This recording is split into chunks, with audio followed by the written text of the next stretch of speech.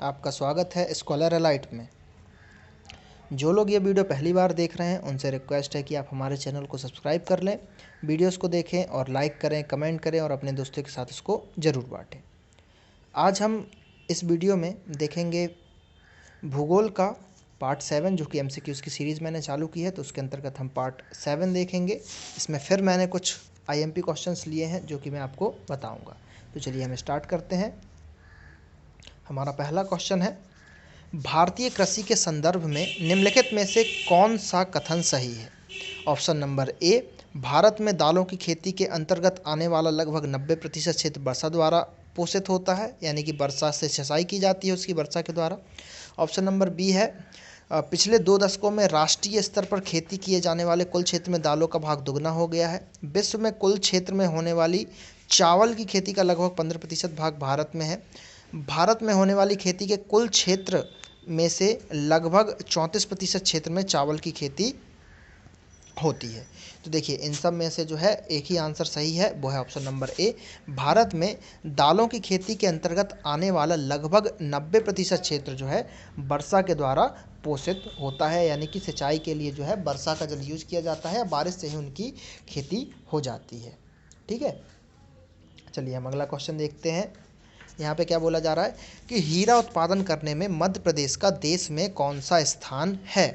तो अगर मध्य प्रदेश में बात करें तो पन्ना जिले के अंतर्गत हीरा मिलता है, तो ये जो है इसका ऑप्शन नंबर ए प्रथम स्थान हो जाएगा। ठीक है, प्रथम स्थान हो जाएगा। ठीक है, चलिए बात करते हैं हम अगले क्वेश्चन की। भारत के सबसे दक्षिण भाग में स्थित पहाड़ियाँ निम्न में से कौन सी है? यानी कि साउथ की बात कर रहा है, दक्षिण में बात कर रहा है। तो जैसा आपने देखा होगा तो अन्नामलाई, आपको लग रहा होगा कि अन्नामलाई लगा दे, अन्नामलाई, दादो बेटा, ये साउथ की ही पहाड़ियों में से एक है। ठीक है, लेकिन यहाँ पे उसने सबसे ऊंचा या सबसे छोटा नहीं पूछा है, बस उसने पूछा है कि दक्षिणी भाग में स्थित जो पहाड़ी है सबसे दक्षिणी भाग में पूछा है। तो इसका आंसर हो जाएगा ऑप्शन नंबर ए कार्डमम। ठीक है, चलिए बात करते हैं अगले क्वेश्चन की। तो जम्मू कश्मीर में निम्मो वास्गो, ठीक है, निम्मो वास्गो जल विद्युत परियोजना किस नदी पर है? तो ऑप्शन नंबर ए है झेलम, फिर ऑप्शन बी सिंधु नदी, ऑप्शन सी चेनाब नदी, ऑप्शन डी जंस्कार नदी। तो इसका आंसर हो जाएगा सिंधु नदी। सिंधु नदी पे जो है वास्गो जल विद्युत परियोजना है। बात करते हैं हम अगले क्वेश्चन की। तो यहाँ पे क्वेश्चन दिया गया है कि वर्ष 2007 में इसरो ने निम्न तापी इंजनों का प्रयोग कर सफलतापूर्वक एक रॉकेट का परीक्षण किया था। इसके लिए प्रयोग में लाया गया परीक्षण स्टैंड कहाँ पर स्थित है? तो इसका आंसर हो जाएगा आपका महेंद्रगिरी। कहाँ पे? महेंद्रगिरी में है। और आजकल इसरो आप देख ही रहे हैं, बहुत विदेशों के सैटेलाइट भी ऊपर भेज रहा है और हर बार फर्स्ट प्रयास में वो सफल होता है। तो बहुत ही ऊंचाइयों पे हमारा इसरो जो है पहुंच रहा है। चलिए अगला क्वेश्चन देखते हैं यहाँ पे कि मध्य प्रदेश में मैग्नीज उत्पादन के प्रमुख जिले कौन कौन से, यानी कि मैग्नीज का उत्पादन जो है कहाँ पर होता है? तो मध्य प्रदेश की बात कर रहे हैं तो इसका आंसर है ऑप्शन नंबर डी बालाघाट और छिंदवाड़ा में जो है मैग्नीज का उत्पादन होता है। एक खदान का नाम है भारवेली, भारवेली खदान है, वहाँ पे जो है मैग्नीज सबसे ज़्यादा निकलता है हमारे MP में। बात करते हैं हम अगले क्वेश्चन की। तो निम्नलिखित राज्यों में से किसमें एक नामचिक नामफुक, ठीक, नामचिक नामफुक कोयला क्षेत्र स्थित है? तो option number A Arunachal Pradesh, option B Meghalaya, option C Manipur और ऑप्शन डी है मिजोरम। तो इसका आंसर हो जाएगा ऑप्शन नंबर ए अरुणाचल प्रदेश। बात करते हैं हम अगले क्वेश्चन की। तो अगला क्वेश्चन है कि निम्न में से भारत में सर्वश्रेष्ठ संगमरमर कहाँ पर मिलता है? मंदसौर, मकराना, ग्वालियर या राजसमंद। तो इसका आंसर हो जाएगा मकराना। मकराना का जो मार्बल बहुत ही फेमस मार्बल है। ठीक है, याद रखिएगा। भारत के किस जलप्रपात को लोकप्रिय रूप से नियाग्रा जलप्रपात के तौर पर जाना जाता है? नियाग्रा जलप्रपात जो कि आपको उत्तरी अमेरिका में आपको मिलेगा, नियाग्रा जलप्रपात। तो उसके तर्ज पे या उसके जैसा बोला जाता है, तो कौन सा जलप्रपात को दर्जा दिया गया है? तो वो है ऑप्शन नंबर बी चित्रकूट जलप्रपात जो है नियाग्रा जलप्रपात के तौर पर जाना जाता है। बात करते हैं हम अगले क्वेश्चन की। तो अगला क्वेश्चन है कि निम्न में से कौन सी नदी अरब सागर में गिरती है? तो इसका सीधा सीधा आपको याद रखना है, ऑप्शन नंबर सी और डी में से एक है।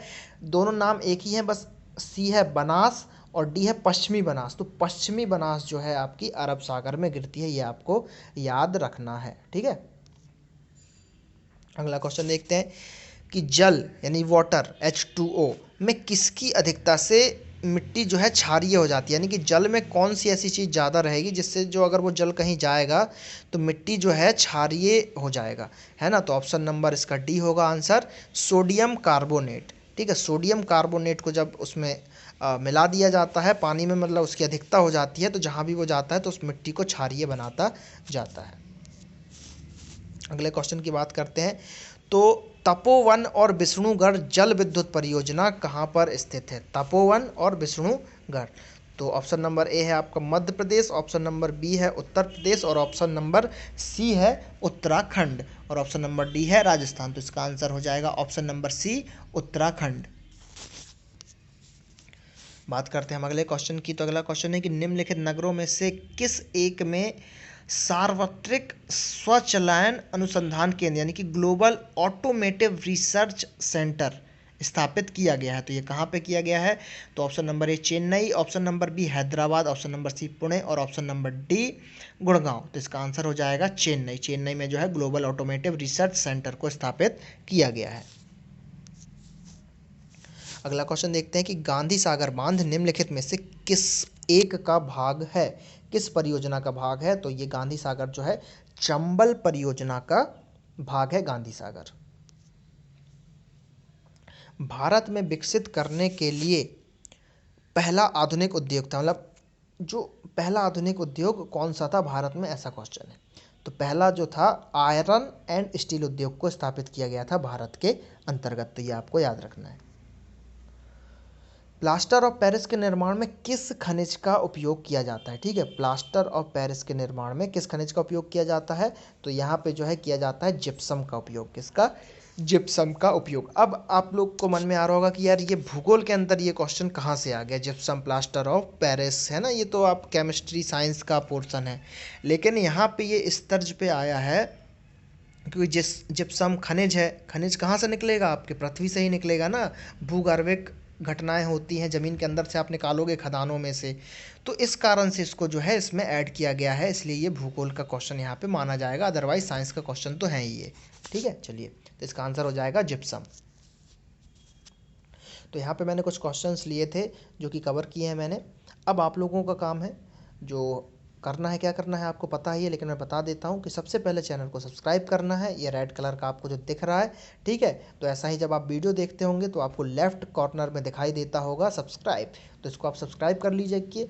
और ये www.facebook.com/scholarlight ये हमारा फेसबुक पेज है, इसको भी आप लाइक कीजिए, फेसबुक ग्रुप को भी आप ज्वाइन कीजिए। और यहाँ पे आप नेक्स्ट और प्रीवियस वीडियो की लिंक देख पा रहे होंगे, तो उन पर क्लिक करके नेक्स्ट प्रीवियस वीडियो को आप देख पाएंगे। तो ज़्यादा से ज़्यादा वीडियोज़ को देखिए, ज़्यादा से ज़्यादा वीडियोज़ पे कमेंट कीजिए, लाइक कीजिए और अपने दोस्तों के साथ उसको बांटना न भूलें, ताकि जो मैंने फ्री एजुकेशन चालू की है वो सब लोग इस फ्री एजुकेशन का लाभ उठा पाएँ और अपनी मनचाही जॉब और अच्छी अच्छी जगहों पे पोस्टिंग ले सकें। चलिए मिलते हैं नेक्स्ट पार्ट में।